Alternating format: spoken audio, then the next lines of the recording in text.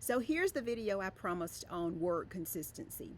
Throughout your book, you want to search to make sure that if you ever capitalized one word, for example, then you capitalized it throughout. So that's just, for example, AM, PM. I recommend capitalizing those, and of course, using the number sign for the actual time. So if you use mom versus mama with like mama spelled M-A-M-A versus M-O-M-M-A, whatever you choose, just be consistent. You don't want to switch back and forth because that confuses the readers. Also, with any capitalizations, make sure that those are consistent. Now, if you say my mom versus mama, if mama's a title used in place of her name, then it should be capitalized. But if you say my mom, then you wouldn't capitalize that. And the same thing with dad, grandmother, any other family members that may be referred in a different way. For example, too, the spellings of names. If you have Deja, D-A-J-A in one place, yet in another place you make it D-A-I-J-A, that shows that you're an amateur. It's not going to make your work very professional.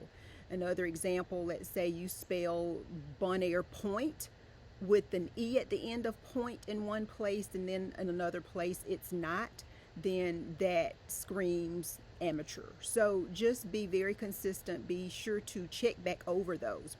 It's very important that your title is consistent everywhere. For example, if you use an exclamation point at the end of your title, anytime your title is referred to, it needs to have that exclamation point at the end.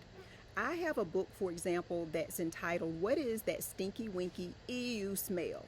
So, of course, there's a question mark at the end, but when I chose how I wanted to spell EU, I decided I wanted to make it easy for me to remember. So I used 3 E's and I used 3 W's. And so then now it's not hard for me to remember, should it be E, W, W, or how. It has 3 E's, 3 W's. That makes it simpler for me.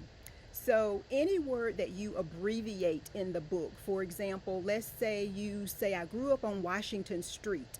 The first time you say Washington Street, you want to write out street. If later throughout the book you decide to abbreviate street with just ST, make sure that it's consistently done from that point on. If it's ST, it needs to be ST throughout. If it's ST with the period at the end, then make sure it's that way for the rest of the book. Probably it's best to not use that period, so that way if it's at the end of a sentence, then it just doesn't get kind of junky. You don't want to have 2 periods right together, but I found that it's better to just use abbreviations without periods. In the video before this, when I talked about AM and PM, I recommend that those are always capitalized without the periods as well.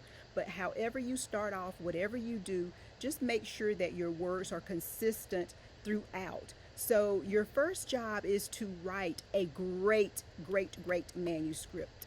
But in the end, before you submit it, definitely before you publish it, you have to go back and make sure that your formatting is very consistent, and then you want to go back and make sure that your words are consistent.